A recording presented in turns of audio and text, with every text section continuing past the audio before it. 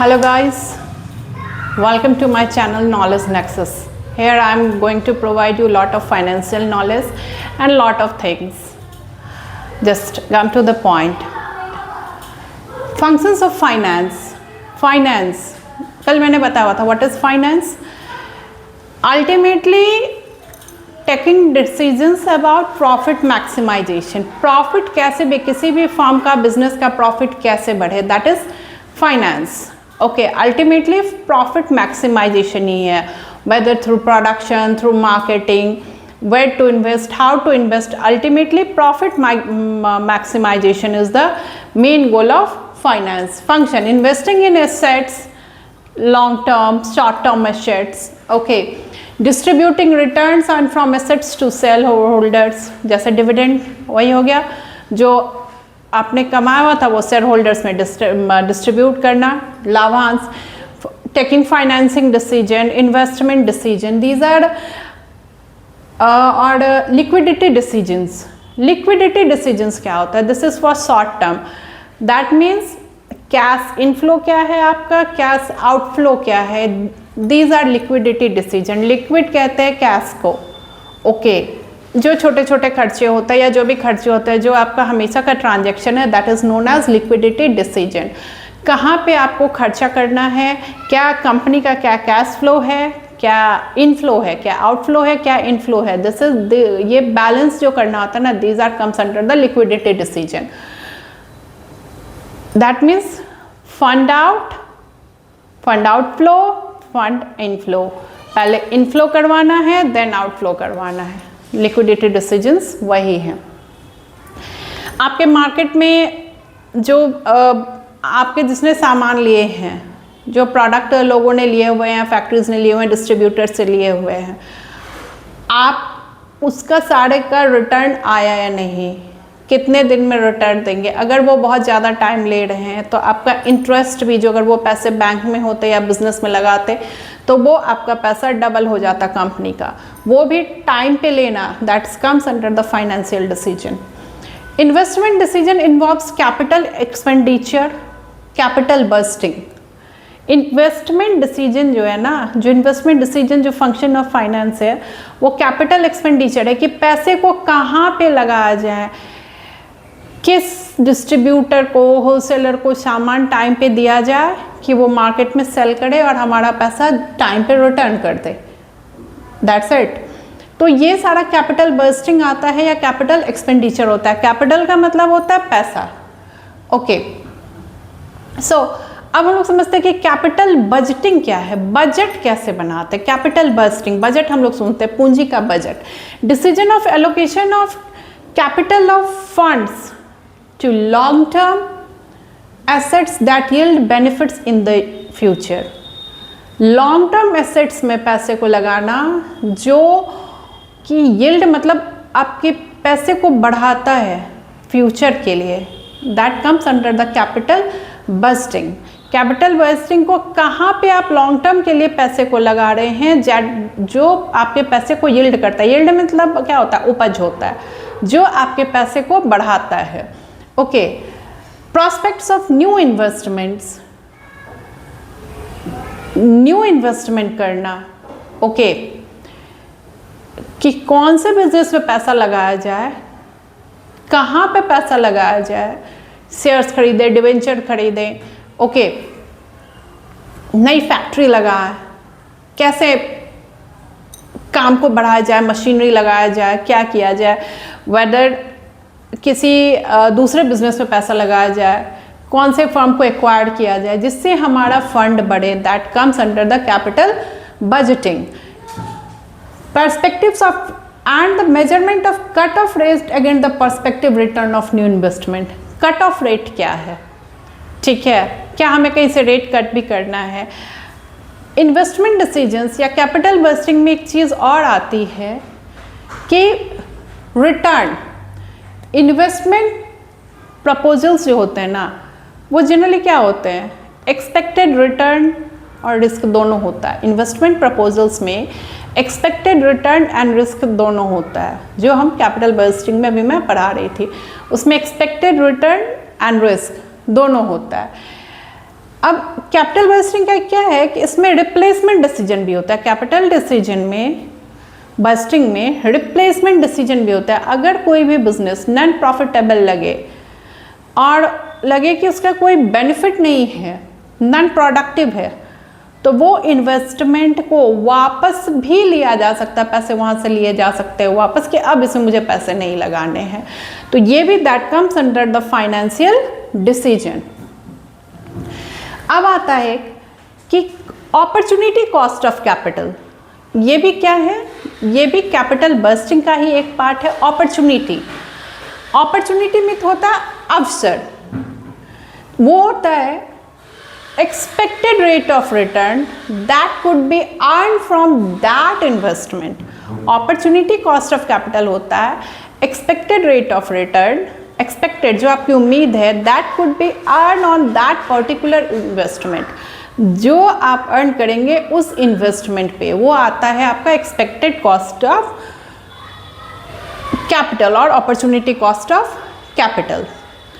तो अभी हम लोग जो पढ़ रहे हैं this is time value of money है। इसका मैं अभी आपको डिटेल दूंगी कि पैसे की वैल्यू क्या है टाइम के हिसाब से, how to calculate this. Actually अगर आप फाइनेंस नहीं समझते हैं आज के डेट में, तो आप अपने इन्वेस्टमेंट डिसीजंस को या कोई भी बिजनेस आप स्टार्ट करने जा रहे हैं तो आप उसको कंटिन्यू नहीं कर सकते, specially for managers. Okay, time value of money and risk. पैसे की क्या वैल्यू है? सपोज अगर कोई आपको बोले मैं 100 रुपीज़ आज तुम्हें दे रहा हूं और मैं तुम्हें 100 रुपीज़ 1 ईयर के बाद दूंगा, आप क्या लेंगे? बोलोगे भाई मुझे 100 रुपीज़ आज ही दे दो। This is time value of money. लोग नाउ में विश्वास करते हैं, अब भी चाहिए मुझे, बट एक सर्कमस्टांसेस है उसमें कि लोग कहते नहीं मुझे फ्यूचर में चाहिए। कब? जब उस पर उनको रिस्क लेना होता है कि अगर वो कह रहा है कि ठीक है अभी लोगे then I will give you 100, और अगर आप नेक्स्ट ईयर लोगे तो I will give you extra 5%, that means 100 का 5% मीन्स 105 रुपीज़। तो ये जो 5% है ये रिस्क है। टाइम वैल्यू ऑफ मनी में रिस्क भी आता है, रिस्क है। आप रिस्क क्या, आप उस एक्सपेक्टेड रिटर्न को देख नहीं रहे हैं, आपको मतलब एक श्योरिटी होती है, एक पेपर होती है, सबको पता है कि वो मिलना ही है, बट फिर भी तो वो रिस्क है। तो उस सेंस में हम लोग क्या करते हैं कि नहीं ठीक है वो रिस्क हम लोग ले लेते हैं। इन्वेस्टमेंट डिसीजंस वही होते हैं कि जिसमें रिस्क भी है। ओके, हम लोग बिजनेस में पैसा लगाते हैं या कोई भी कंपनी पैसा लगाती है तो उसका मेन पर्पस होता है प्रॉफिट मैक्सिमाइजेशन। समहाउ कोई भी कंपनी डूब भी जाती है, जैसे जेट एयरवेज का एग्जाम्पल ले लें, वो बर्बाद हो गई, डेक्कन एयरवेज बर्बाद हो गई। तो इसलिए टाइम वैल्यू ऑफ मनी में रिस्क भी आता है। 3 एसेट्स होते हैं टाइम प्रेफरेंस के। 3 एसेट होते हैं risk, preference for consumption of investment opportunity. Risk, preference of consumption और इन्वेस्टमेंट अपॉर्चुनिटी। रिस्क क्या है कि हम लोग जो रिस्क लेते हैं कि लोग पैसे के बारे में श्योर नहीं होते हैं, फ्यूचर में हमें इतना मिलेगा या नहीं, लोग तो श्योर नहीं होते, तब फिर भी वो इन्वेस्टमेंट करते हैं। ओके, सेकेंडली आता है कि हमारा कंजप्शन क्या है, हमारे खर्चे कितने हैं, क्या अभी हमें अभी की ज़रूरत है या फ्यूचर में। सपोज लोग एजुकेशनल इंश्योरेंस कराते हैं, पॉलिसी कराते हैं, तरह तरह की चीज़ें होती है, लोग इन्वेस्टमेंट करते हैं। वो देखते हैं कि अभी जो 5,000 स्कूल फी लग रही है, इन फ्यूचर वो 7,000 हो जाएगी, तो मैं उसको कैसे ओवरकम करूँगा।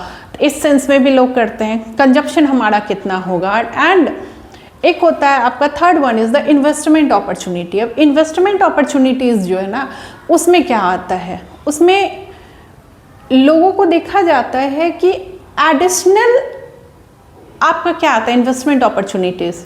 समटाइम्स कोई बीमार हो जाता है, आपको अचानक से खर्चा चाहिए, तो ये सब किस में आता है? ये सब आते हैं टाइम प्रेफरेंस के हिसाब से। हमारा रिस्क कितना है, हमारा कंजप्शन क्या होगा, हमारे इन्वेस्टमेंट अपॉर्चुनिटीज़ क्या होंगे, उस हिसाब से हम लोग टाइम प्रेफरेंस ऑफ मनी करते हैं। वेदर अगर हमारा आज ही ज़रूरत है, कोई बीमार है तो उसको आज ही ज़रूरत है, तो वो आज ही ले लेगा। लेकिन अब ऐसे ऐसे पॉलिसीज़ आए हैं जिसको लोग इन फ्यूचर भी उसको कैश करने के हिसाब से, अगर फ्यूचर में कोई बीमार होता है तो then it may be possible कि मेरा हॉस्पिटल का कॉस्ट 3 लाख और 4 लाख है, तो मैं उसको फ्यूचर में इन्वेस्ट कर सकता हूँ। अब आते हैं हम लोग required rate of return. Required rate of return क्या है? किसी भी चीज़ में जब हम लोगों ने पैसा लगाया तो हमारी ज़रूरत कितनी है, हमें कितना रेट ऑफ रिटर्न चाहिए। Generally time preference of money जो होता है जनरली क्या है, वो इंटरेस्ट रेट है। रिक्वायर्ड रेट ऑफ रिटर्न वही है कि हमें कितना पैसा चाहिए। हम लोग किसी भी चीज़ में लगाते हैं 10% हमें इंटरेस्ट देगा, ठीक है ना। अभी 100 लगाया तो अगले साल मुझे 10% 110 रुपये हो गए, तो हम लोग उस 10 रुपये के हिसाब से हम लोग लगाते हैं कि हमारे रिक्वायर्ड रेट ऑफ रिटर्न क्या है, हम लोग उसको देखते हैं, ठीक है। अगर मैं बता दूँ, जैसे रिक्वायर्ड रेट ऑफ रिटर्न होता है risk free rate plus risk premium. Required rate of return equal to risk free rate plus risk premium. अब रिस्क फ्री रेट क्या होता है? रिस्क फ्री रेट जो होता है उसको हम लोग क्या बोले, कंपोजिट टाइम होता है। रिस्क फ्री रेट क्या होता है? कंपोजिट टाइम होता है रिस्क फ्री रेट, कि एक सर्टेन टाइम में हम सर्टेन टाइम के लिए हम लोग कितना रिस्क ले सकते हैं, रिस्क फ्री रेट है। तो रिस्क जो ले सकते हैं उसके बदले हमें मिल क्या रहा है, हम लोग जो पैसा छोड़ रहे हैं तो उसके बदले हमें कितना इंटरेस्ट मिल रहा है। And risk premium, risk premium क्या है? जो हम लोग रिस्क ले रहे हैं, ठीक है। सपोज आपने 100 रुपीज़ लगाए, ठीक है, तो 100 लगाया तो उसमें जो 5% है वो हमारा क्या है? रिस्क प्रीमियम है, ठीक है। 5% क्या है? हमारा रिस्क प्रीमियम है। हम लोग रिस्क कितने का ले रहे हैं? 100 रुपीज़ पे ले रहे हैं। कितने रुपीज़ के लिए? 105 रुपीज़ के लिए। तो 5% क्या हुआ? हमारा रिस्क प्रीमियम हुआ। रिस्क प्रीमियम कितना है? जिस टाइम के लिए हम लोग जो रिस्क ले रहे हैं वो क्या हो गया? 5% है। तो required rate of return equal to risk free rate जो हमारा कंपोजिट टाइम है प्लस रिस्क प्रीमियम। हम लोग कितने का रिस्क ले रहे थे? हम लोग 5% का रिस्क ले गए, हम लोग पैसे छोड़ते हैं तो हमें 5% मिलेगा, तो 100 क्या हो जाएगा? 105। Interest rates accounts for the time value of money. जो हमारा इंटरेस्ट रेट होता है वही मेन हमारा टाइम वैल्यू ऑफ मनी होता है। हम लोग किसी भी चीज़ में पैसा लगाते हैं तो देखते हैं कि हमें इंटरेस्ट रेट कितना मिल रहा है, और फ्यूचर इन्फ्लेशन रेट को, फ्यूचर कंजप्शन को, फ्यूचर नीड एंड वांट्स को हम लोग कैसे ओवरकम कर सकते हैं।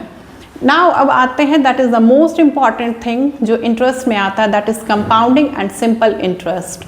ओके, तो पहले मैं कंपाउंडिंग को ही डिस्कस करती हूँ। कंपाउंडिंग क्या है? Process of calculating future values of cash flows. Future values of cash flows calculating. Compounding में क्या होता है कि अगर हम लोग 100 रुपीज़ लगाए तो फिर अगर 1 ईयर के लिए हम लोग लगाते हैं कोई भी कंपाउंडिंग का कोई एक्चुअली कोई सर्टेन टाइम नहीं है। एनुअली भी होता है, हाफ ईयरली भी होता है, क्वार्टरली भी होता है। क्वार्टरली मतलब 3 महीने पे भी कैलकुलेशन होती है, 6 मंथ्स पे भी होती है, 1 ईयर पे भी होती है। लेकिन कंपाउंडिंग का बेसिकली क्या मतलब है? Interest on interest. अगर हमने 100 रुपीज़ लगाया, 10% इंटरेस्ट है 5 ईयर्स के लिए, एनुअली की बात कर लूँ मैं, तो फर्स्ट ईयर में हमें मिला, आफ्टर फर्स्ट ईयर 110, उसका देन 10%, 110 का 10% मिलेगा नेक्स्ट ईयर। तो 110 का 10% कितना हो गया? आपका हो गया ऑलमोस्ट 11 रुपया। 110 का 10%, तो 110 इधर है और प्लस 11, तो 121 रुपया हो गया हमारे सेकेंड ईयर में। फिर थर्ड ईयर में 121 का 10% मिलेगा। फिर फोर्थ ईयर में वैसे वैसे वो प्लस होता चला जाता है। These are the benefits of compounding. ये फ्यूचर वैल्यू को कैलकुलेट करता है, और सिंपल इंटरेस्ट क्या है? वो प्रेजेंट वैल्यू को कैलकुलेट करता है। ओके, डिस्काउंट, अभी कंपाउंडिंग पे ही आते हैं हम लोग। कंपाउंड इंटरेस्ट रिसीव्स ऑन, हम लोग ऐसे ले सकते हैं, original amount as well as any interest earned but not withdrawn during earlier period. वही जो मैंने बताया, क्या है? जो हमारा इन्वेस्टमेंट अमाउंट है, लेकिन हम लोग जो इंटरेस्ट रेट जो हम लोग अर्न किए उसको विड्रॉ नहीं करना है। आप अगर सोचेंगे कि ठीक है मुझे 110 मिल रहा है तो मैं 10 रुपीज़ निकाल लेता हूँ, तो आपके पैसे वहीं के वहीं रह गए, कोई बेनिफिट नहीं है। आपको क्या हुआ, अभी फर्स्ट ईयर 110 हो रहा है, फिर 110 का 10% मिलेगा, तो आपके पास इंटरेस्ट अगले साल कितना आपका बढ़ रहा है, 11 रुपये बढ़ रहा है। इस बार 10 रुपये बढ़ा तो अगले साल आपके पास बढ़ रहा है 11 रुपये, राइट। तो ये क्या है कि ये इंटरेस्ट ऑन इंटरेस्ट है, लेकिन आपको पैसे को अगर आप विड्रॉ नहीं करते हैं, निकालते नहीं हैं, तो कंपाउंडिंग का बेनिफिट है। ओके, कंपाउंडिंग का फॉर्मूला होता है अमाउंट इक्वल टू, जो आपका अमाउंट इक्वल टू का जो हम लोग कंपाउंड इंटरेस्ट निकालेंगे, कैसे निकालेंगे, amount equal to P principal amount into A plus amount plus 1 by rate to the power time, ऐसे निकलता माइनस पी। एक और है p into 1 plus I to the power n minus P और 1। For saving and investment compound interest is our friend. Saving और investment के लिए compound interest पे अगर हमारा होता है तो हमारा फ्रेंड है। बट जब हम लोग बैंक को, जब हम लोग लोन जब बैंक से लेते हैं, तो वो जो हमसे इंटरेस्ट लेती है दैट इज ऑन कंपाउंडिंग, वो भी क्वार्टरली लेती है। इसलिए जो हम लोग अगर 1 लाख रुपए लेते हैं, तो अगर वो 7% 5% भी लेती है, तो 3 महीने के बाद होता है 1,05,000, उसके 3 महीने के बाद हो जाता है 1,05,000 का प्लस फिर उस पे इंटरेस्ट, देन इंटरेस्ट और इंटरेस्ट। तो 1 साल में आपका 4 बार काउंट होता है। लोन के लिए कंपाउंडिंग पे बैंक लेती है, और हमें जब देती है तो सिंपल इंटरेस्ट पे देती है। सिंपल इंटरेस्ट एनुअली होता है, आपके पैसे पे एक बार होता है इंटरेस्ट, वो कंपाउंडिंग पे काम नहीं करता। आपको 10% इंटरेस्ट है, आपके जो प्रिंसिपल अमाउंट है उस पर मिलेगा 10%। कंपाउंडिंग जो हर बार जो आपका पैसा बढ़ रहा है ना, वो इंटरेस्ट ऑन इंटरेस्ट है, बट ये फिक्स है। आपका जो मेन अमाउंट है उस पर ही सिंपल इंटरेस्ट में मिलेगा। तो बैंक जब हमें लोन देती है तो वो कंपाउंडिंग पे हमसे इंटरेस्ट लेती है, और हमें जो सिंपल इंटरेस्ट देती है, हमारे पैसे जो डिपॉजिट हैं उस पर सिंपल इंटरेस्ट देती है। ओके, सो कंपाउंडिंग इम्पॉर्टेंट है इन्वेस्टमेंट के लिए, सेविंग के लिए, जो हमें ज़्यादा से ज़्यादा पैसे ग्रो करके देती है। मैंने बताया मंथली इसकी फ्रीक्वेंसी हो सकती है कंपाउंडिंग की, daily, monthly, quarterly, annually, whatever. Okay, अब कंपाउंडिंग कहाँ कहाँ होते हैं इंडिया में? FD fix deposit, PPF pension provident fund, mutual funds, government scheme, NPF pension scheme, pension fund जो है, सुकन्या समृद्धि, ईपीएफ तो पता ही होगा ना, एम्प्लॉय प्रोविडेंट फंड। ये रिटायरमेंट वाला मतलब सेविंग स्कीम है। रिटायरमेंट के बाद फिर आपको जो मिलेगा वो ईपीएफ कहलाता है।